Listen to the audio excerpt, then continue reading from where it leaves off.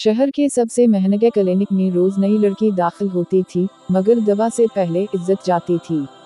वो शहर के बीचों बीच वाक़ा एक आलीशान इमारत थी, जिसके बाहर डॉक्टर जुबैर का वेमन क्लिनिक जगमगाता था। लोग इस क्लिनिक को शिफा का घर कहते थे, मगर हकीकत में ये एक खामोश कब्रिस्तान था, जहां जिंदा लड़कियां अपनी रूह दफन कर जाती थीं। डॉक्टर जुबैर हर लड़की से नरमी से बात करता था, मुस्कुराता था, हमदर्दी दिखाता था, और फिर पर्दे के पीछे ले जाकर वो कर बैठता था, जिसका तस्वुर भी रूह को कपकपा देता है। लड़कियों की माँ बाप बाहर इंतजार करते रहते हैं, और अंदर इनकी बेटियों की मासूमियत छीनी जाती, लेकिन कोई कुछ ना बोलता। क्योंकि डॉक्टर जुबैर का नाम इतिमाद का निशान था। इसकी चर्ब ज़बानी ने कितनी ही मासूमों को खामोशी सिखा दी। हर रोज़ एक नया चेहरा आता, हर रोज़ एक नई दास्तान जन्म लेती, लेकिन सब कहानी एक ही अंजाम पर ख़त्म होती। इज्जत गई, आवाज़ दबी, और जालिम मुस्कुरा दिया। फिर एक दिन एक लड़की आई, जो आम ना थी। इसकी आँखों में खौफ से ज़्यादा जुर्रत थी। इसके जिस्म पर कमज़ोरी थी, मगर ज़बान पर सच था। इसका नाम था आयशा। आयशा को बुखार था, दर्द था, और शक भी था। इसकी दोस्ती पहले ही इस डॉक्टर का जिक्र कर चुकी थी कि दवा से पहले वो कुछ और देता है, और आयशा ने फैसला कर लिया था, इस बार कोई खामोशी नहीं होगी, इस बार हिसाब लिया जाएगा। आयशा ने अपने बैग में एक छोटा कैमरा छुपा रखा था। इसने क्लिनिक में दाखिल होते ही रिकॉर्डिंग ऑन कर दी। डॉक्टर ने वही नरमी दिखाई, वही जुमले, परेशान ना हो बेटा, मैं सब ठीक कर दूंगा। लेकिन इस बार वो सब महफूज हो रहा था। कैमरे की आँखें इसके अल्फाज और हाथों की हकीकत को कैद कर रही थी।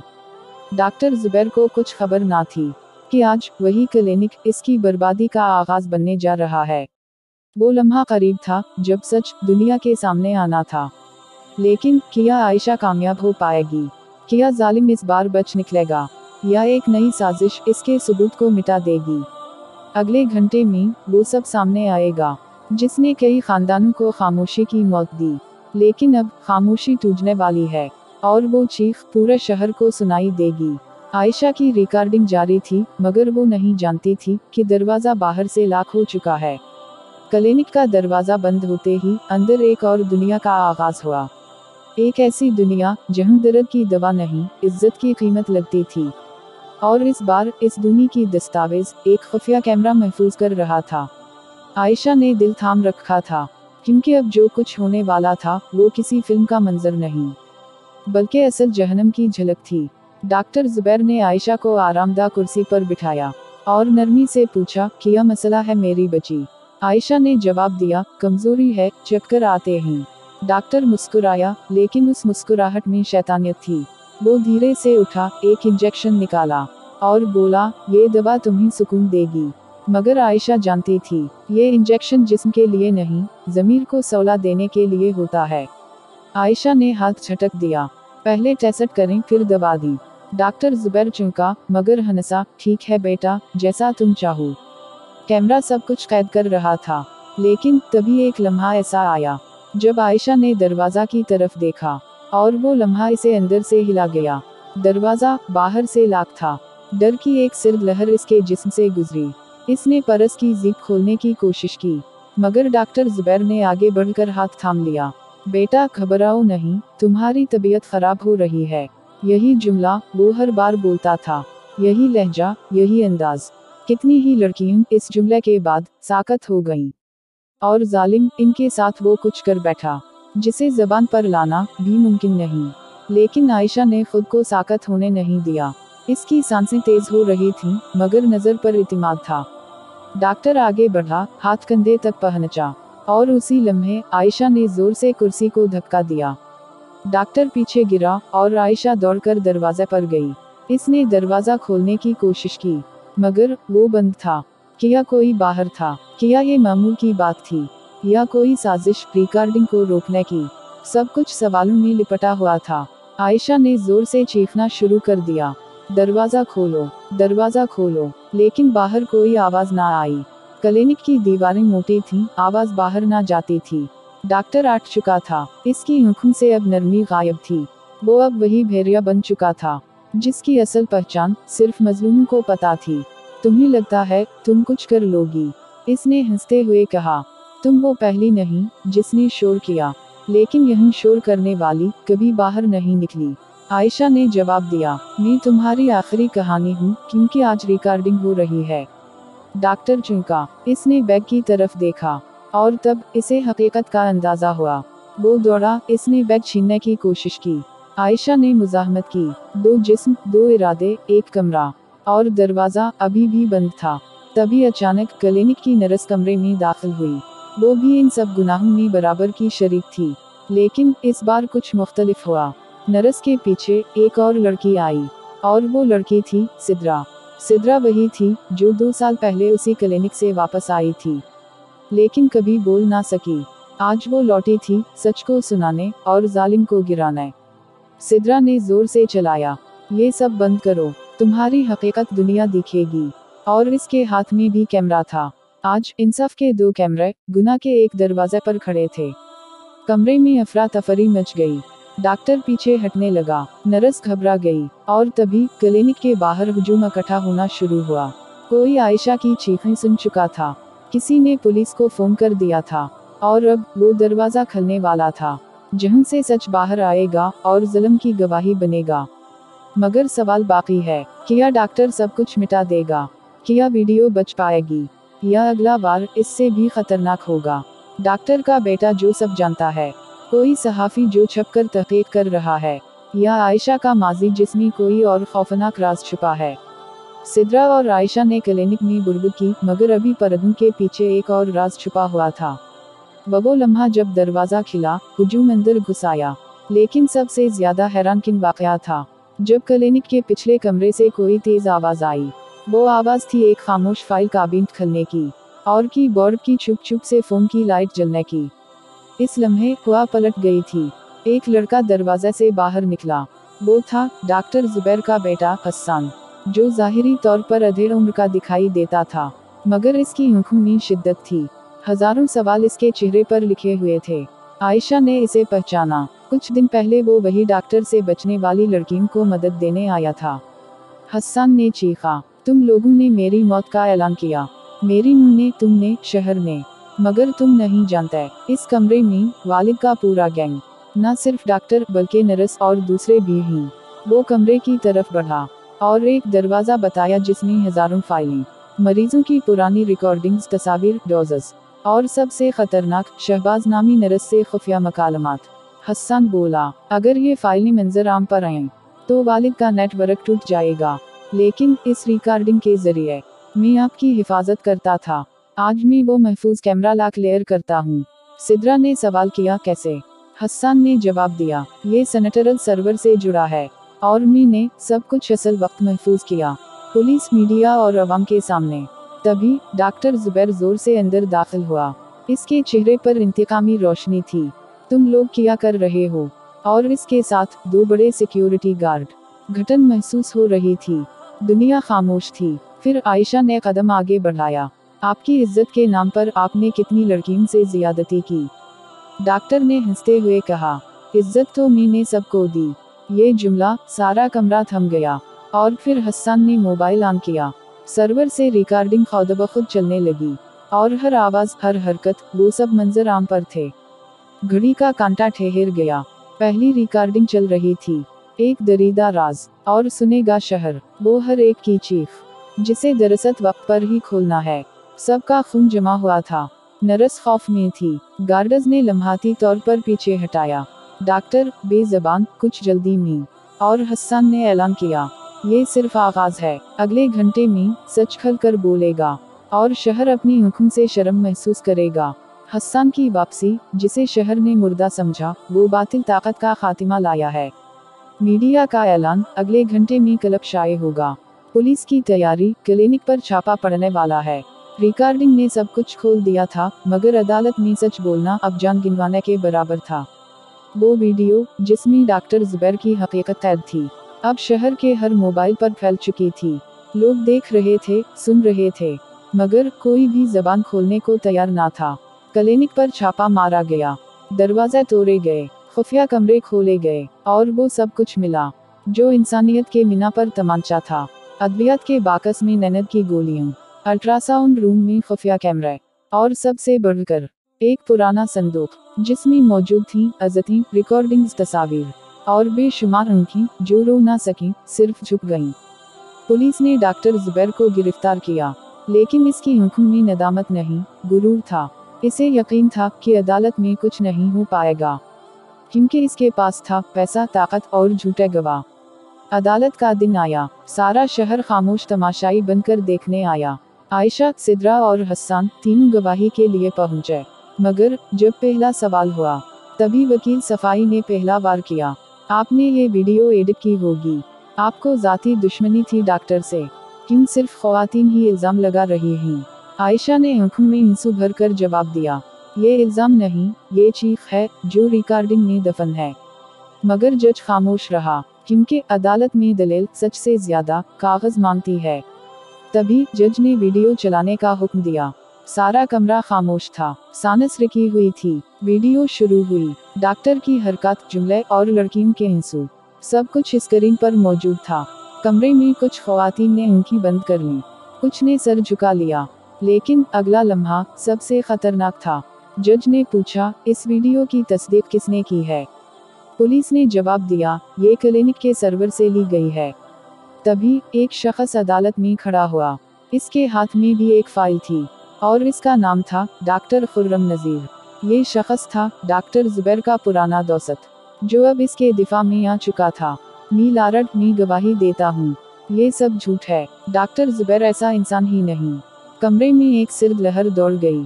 आयशा ने सिद्रा का हाथ पकड़ लिया और हसन ने गुस्से से डॉक्टर खुर्रम को देखा। तुम जानते हो, तुम भी शरीक जुर्म हो।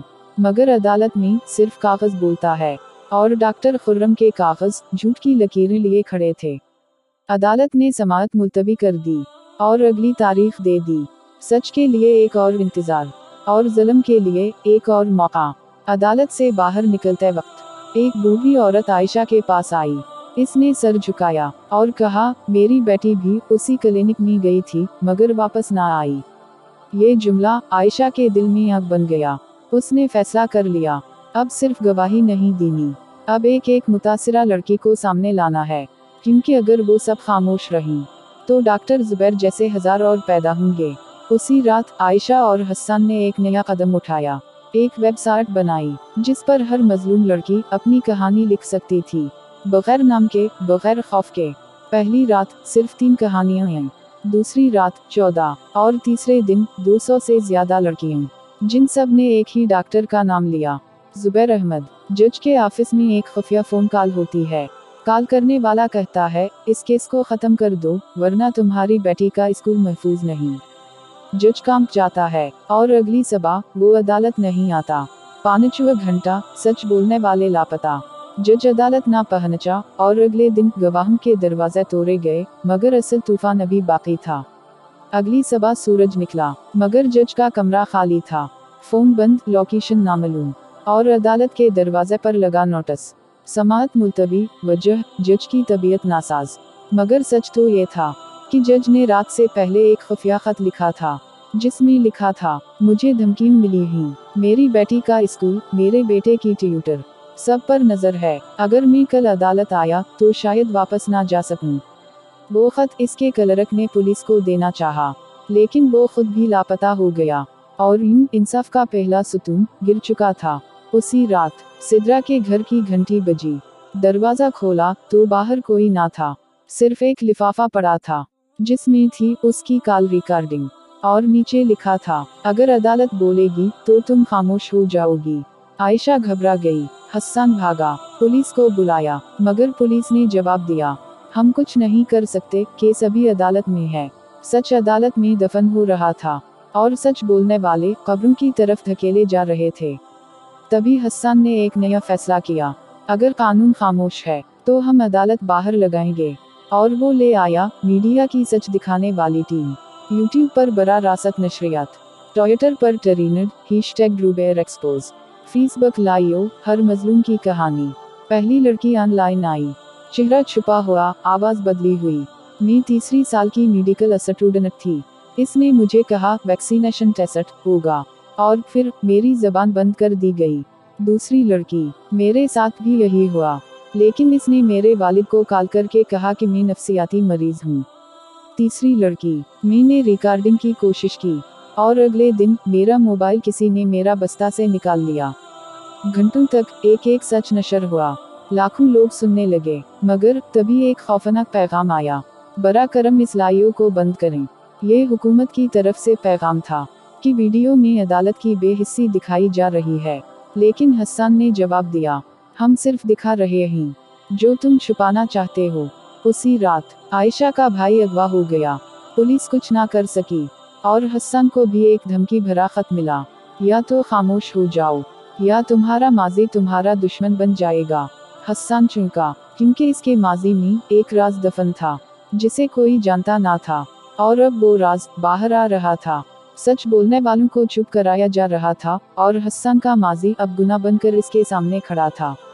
हसन बेचैन था, आयशा का भाई अगवा हो चुका था, पुलिस बेबस, मीडिया सना, और अब एक खत आया था जिसमें सिर्फ एक जुमला लिखा था, हम तुम्हारे माजी को जानते हैं और वही तुम्हारी कमजोरी है। ये जुमला हसन की रूह को चीर गया। इसके चेहरे का रंग बदल गया, क्योंकि वो राज जो इसने बरसों छुपाया था अब दोबारा जिंदा होने लगा था। सिद्रा ने पूछा, हसन, तुमने ऐसा किया था जिसे कोई जान ले तो तुम्हारे खिलाफ हो जाए। हसन की आंखों में नमी आ गई, मैं खुद भी उसी नेटवर्क का हिस्सा था। 3 साल पहले मैं उसी क्लिनिक में असिस्टेंट था। मेरा काम सिर्फ दवा लिखवाना था, मगर एक दिन मुझे पता चला कि जिन लड़कियों को दवा दी जा रही है इन पर जुल्म हो रहा है। सिद्रा और आयशा की सांसें थम गईं। फिर तुमने किया? मैं चुप रहा, क्योंकि मेरे वालिद ही इस जुर्म के सरगना थे। इस जुमले के साथ ही सिद्रा पीछे हट गई, आयशा खामोश हो गई और हसन टूट गया। मैं मुजरिम हूँ इस वक्त चुप रहने का, लेकिन अब मैं सच बोलने वालों के साथ हूँ। हसन ने हाथ जोड़कर कहा। सिद्रा ने आंखों में आंखें डालकर कहा, अगर तुम सच में तौबा कर चुके हो तो फिर एक फैसला करना होगा। कैसा फैसला? सिद्रा ने कहा, अपने बाप के खिलाफ गवाही दो, सरेआम। हसन के जिस्म में एक झुरझुरी दौड़ गई। सरेआम, टेलीविजन पर, मीडिया पर, हम ताकि जो मजलूम बोल नहीं सकते इन्हें आवाज मिले तुम्हारी जबान से। उसी रात सिद्रा, आयशा और हसन एक मशहूर यूट्यूब चैनल पर गए। लाइव स्ट्रीम शुरू हुई और हसन ने सारा राज खोल कर रख दिया। मैं डॉक्टर जुबैर का बेटा हूँ और मैं खुद अपनी आंखों से वो सब देख चुका हूँ जो इस क्लिनिक में होता था। सोशल मीडिया पर तूफान आ गया। #exposed जुबैर टॉप ट्रेनर बन गया। लेकिन उसी लम्हे टीवी पर एक ब्रेकिंग न्यूज चली। हसन अहमद क्लिनिक का साबिक असिस्टेंट जाली गवाह करार दिया गया, इस पर मुकदमा दर्ज। लोग हैरान हो गए। पुलिस ने हसन के घर पर छापा मारा और इसे गिरफ्तार कर लिया। आयशा चीखी, ये सब प्लान था, सच बोलने वाले को ही मुजरिम बना दिया गया। सिद्रा ने एक आखिरी कदम उठाया। इसने अदालत में एक नया दरखास्त दी जिसमें एक और राज था जो इस कहानी को बदल सकता था, क्योंकि सिद्रा खुद भी एक साबिका मरीजा थी जिसे आज तक किसी ने सुना नहीं था, और अब वो बोलने जा रही थी। हसन गिरफ्तार। सिद्रा ने अदालत में नई दरखास्त जमा कराई और अगली समाअत में सिद्रा पहली बार बतौर मुतासिरा मरीजा गवाही देने जा रही है। सिद्रा बोली तो पूरे कमरा अदालत में सन्नाटा छा गया, मगर अगले लम्हे एक ऐसा इंकिशाफ हुआ जिसने सबकी रूहें लर्जा दी। अदालत में सुकूत था, सारी नजरें सिद्रा पर थीं और इसकी नजरें जमीन पर झपकी थीं। फिर वो बोली, आहिस्ता लरजती हुई आवाज में, मगर हर लफ्ज तलवार बनकर कानों में चुभ रहा था। मी लारड, मी वो मरीजा हूँ जिसकी जबान दवा से बंद की गई और इज्जत दरिंदगी के हाथों नोच ली गई। जज चुप गया, अदालत की दीवारें खामोश हो गईं और वकील सफाई ने कमर सीधी की। आपके पास क्या सबूत है?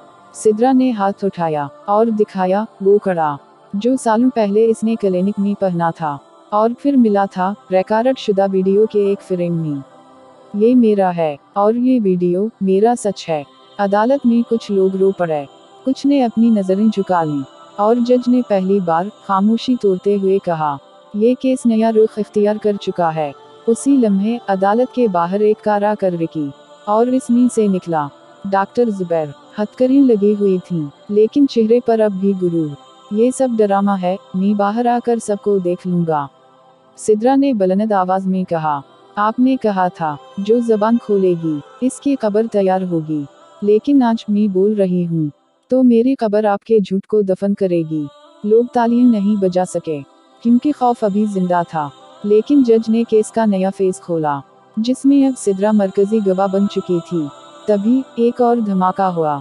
टीवी स्क्रीन पर ब्रेकिंग न्यूज आई। सिद्रा के वालिद को नामालूम अफराद ने फायरिंग का निशाना बनाया, हालत तशवीशनाक। सिद्रा जमीन पर गिर गई। इसकी चीख पूरे कमरे में गूंजी और जज का चेहरा जरूरत पर गया।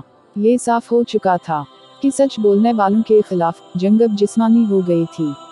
हसन जेल से बाहर आया। अदालत के हुक्म पर अबूरी जमानत मिली। इसने फौरन सिद्रा को संभाला और कहा, हम अब पीछे नहीं हटेंगे, या तो हम बचाएंगे सबको या खुद खत्म हो जाएंगे। उसी रात आयशा ने एक वीडियो अपलोड की जिसमें उसने कहा, अगर कल कुछ हो जाए तो मेरी मुंह को बता देना कि उसकी बेटी ने इज्जत के लिए लड़ते हुए दम तोड़ा। तभी दरवाजे पर दस्तक हुई। आयशा बाहर निकली और एक लिफाफा जमीन पर पड़ा था। इस पर लिखा था, कल अदालत मत आना या तेरा आखिरी सूरज होगा। सिद्रा गवाही दे चुकी है। इसके वालिद जिंदगी और मौत के बीच, डॉक्टर अदालत में मगर अब भी ताकतवर, और आयशा की जिंदगी किसी धमाके से पहले की खामोशी में डूब चुकी है। आयशा का अदालत में आखिरी खिताब। डॉक्टर की असल सच्चाई और खुफिया कमरे का कफल खुलता है, और एक अंजाम जो या तो अदालत को जगा देगा या सच को दफन कर देगा। अदालत की आखिरी समाअत शुरू हुई। दरवाजे बंद थे, लेकिन हर कदम पर सच लहू लहू था। सबा का सूरज निकला, मगर आयशा की खिड़की बंद थी, फोन बंद, दरवाजा बंद, और इसकी मुंह दुआ करते हुए कांप रही थी। अदालत के बाहर हुजूम था, इंसाफ की आखिरी उम्मीद के साथ, और अंदर जज, वकील, सहाफी सब मौजूद थे। लेकिन गवाह आयशा अब तक नहीं पहुंची थी। तभी एक लड़की बुरक़े में अंदर दाखिल हुई, सीने पर हाथ रखे, सांस फूली हुई। ये आयशा थी, मगर उसकी आँखें आंसुओं से खाली हो चुकी थीं। इसने कुर्सी पर बैठते ही कहा, मी लारड मी बोलूंगी, चाहे मेरी जबान काट दी जाए, लेकिन मेरी खामोशी जुल्म को इजाजत देगी। कमरा अदालत में सुनाटा था। आयशा ने वो वीडियोस चलाएं जो इसने रातों को छपकर रिकॉर्ड की थीं। डॉक्टर जुबैर मुख्तलिफ लड़कियों को चेकअप के बहाने बुलाता, और दरवाजे पर लगा कैमरा सब महफूज कर रहा था। वीडियो चलते ही डॉक्टर जुबैर का चेहरा जर्द हो गया। इसका वकील उठा, ये एडिक्ट है, झूठ है। लेकिन जज ने कहा, ये अदालत है, खेल का मैदान नहीं, ये सच है जो कैद से निकल आया है। तभी एक और वीडियो चली जिसमें डॉक्टर जुबैर एक खुफिया कमरे का दरवाजा खोलता है, जिसके पीछे 2 पुलिस एहलकार बैठे हुए थे, और इनके सामने एक मासूम लड़की रो रही थी। ये वीडियो पूरे निज़ाम को ननगा कर गई। जज ने कुर्सी से उठकर कहा, ये महज एक फर्द का जुर्म नहीं, ये एक निज़ाम की गुलाजत है जिसमें दवा के पर्दे में जुल्म छुपा हुआ था। अदालत ने फैसला सुनाया, डॉक्टर जुबैर को उम्र कैद, क्लिनिक सील, और मुतासिरा ख़वातीन को रियासती तहफ़्फ़ुज़ दिया जाएगा। हाल में कुछ लोग रो पड़े, कुछ ने खुदा का शुक्र अदा किया, लेकिन कहानी ख़त्म नहीं हुई, क्योंकि अदालत से निकलते वक्त आयशा की मां ने चीख मारी, मेरी बेटी आयशा कहाँ है? सब ने देखा वो बुर्का पोश लड़की जो अदालत में गवाही दे रही थी, असल में आयशा नहीं थी, वो आयशा की एक दोस्त थी। और सच ये था कि आयशा कल रात ही जहर खाकर मर चुकी थी। अदालत में सच बोला गया, मगर बोलने वाली अपना बूझ उठा ना सकी। सिद्रा और हसन ने उसकी कब्र पर बैठकर कहा, तुम गई हो, लेकिन तुम्हारा सच आज हर जबान पर है, और यही तुम्हारी फतह है। डॉक्टर जुबैर को उम्र कैद, खुफिया नेटवर्क बेनकाब। अदालत जाग गई, लेकिन देर से। आयशा की कुर्बानी एक इंकलाब बन गई। बाज़ सच बोलने वाले कब्रों में दफन हो जाते हैं, मगर इनकी आवाज़ सदियों तक अदलिया के दरो दीवार पर गूंजती है।